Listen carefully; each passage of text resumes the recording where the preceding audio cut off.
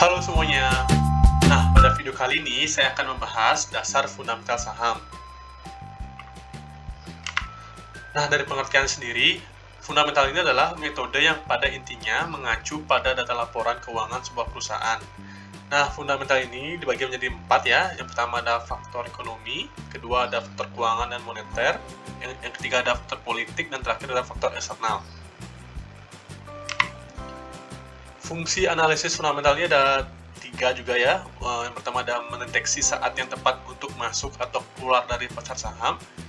Kedua ada membantu memilih saham yang baik untuk diinvestasikan. Yang terakhir fungsinya yaitu mengetahui harga wajar suatu saham.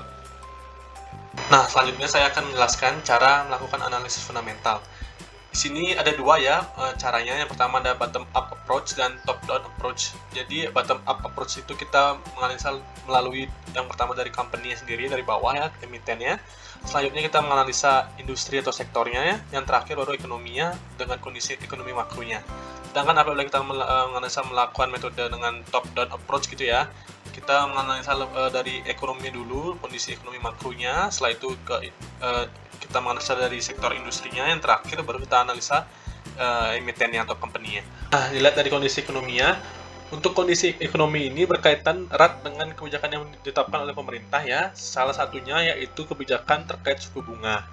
Nah, apabila suku bunganya naik, investor cenderung untuk menyimpan uangnya di bank ketimbang saham. Sedangkan apabila suku bunga ini turun, investor cenderung untuk memilih saham untuk memaksimalkan return. Nah, dari sektor industrinya sendiri, kondisi ini, industri adalah hal krusial yang mempengaruhi tinggi rendahnya harga saham. Jika ada hal-hal yang terjadi di sektor industri, seperti kenaikan harga, maka nilai saham di industri tersebut juga akan naik.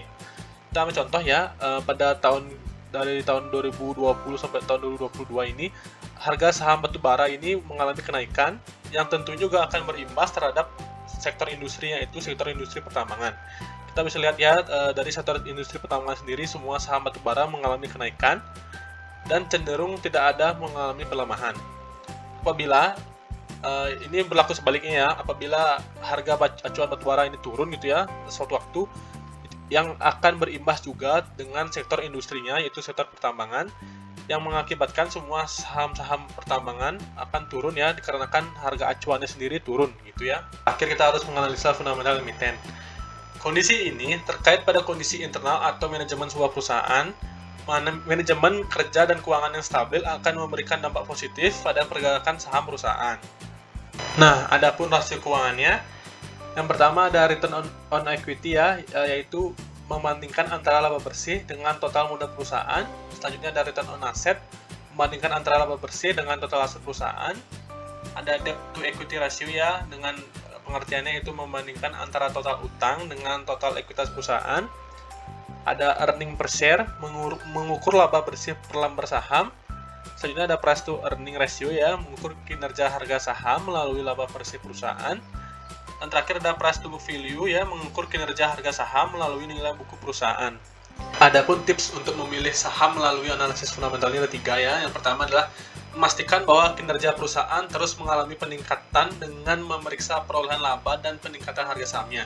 Nah, poinnya di sini adalah kita harus memastikan bahwa perusahaan tersebut memiliki bisnis yang kuat gitu ya, bisnis yang kuat yang akan nantinya akan menghasilkan laba ke depannya. Yang kedua ada memastikan bahwa perusahaan tersebut memiliki model bisnis yang jelas dan tetap bertumbuh ke depannya. Kita juga bisa melihat ya, apakah prospek bisnis tersebut masih kuat gitu ya, dan bisa solid itu untuk menghadapi persaingan bisnis ke depannya. Dan terakhir ada kita harus mencermati valuasi perusahaan tersebut. Nah, ini poinnya juga. Kita harus juga bisa melihat ya, apakah harga saham perusahaan tersebut dijual dengan harga yang mahal atau over value atau under value ya. Kita juga harus mencermati valuasi perusahaan tersebut dengan cara analisis rasio keuangan yang tadi ya, ada PER dan PBV tadi. Kita bisa lihat compare itu dengan industrinya. Siklus ekonomi. Ketika ekonomi memasuki siklus yang cenderung menurun gitu ya, menuju titik terendahnya atau resesi, maka harga sahamnya biasanya akan turun. Sebaliknya ya, jika siklus ekonomi diprosesikan membaik gitu ya, maka harga saham menjelang titik baik siklus ekonomi atau sebelum mencapai titik terendahnya akan membaik mendahului membaiknya siklus ekonomi. Oke, segitu dulu videonya ya. Nah, jangan lupa support channel ini dengan cara subscribe, like, dan komen. And thank you and see you on the next video. Bye-bye. Salam cuan.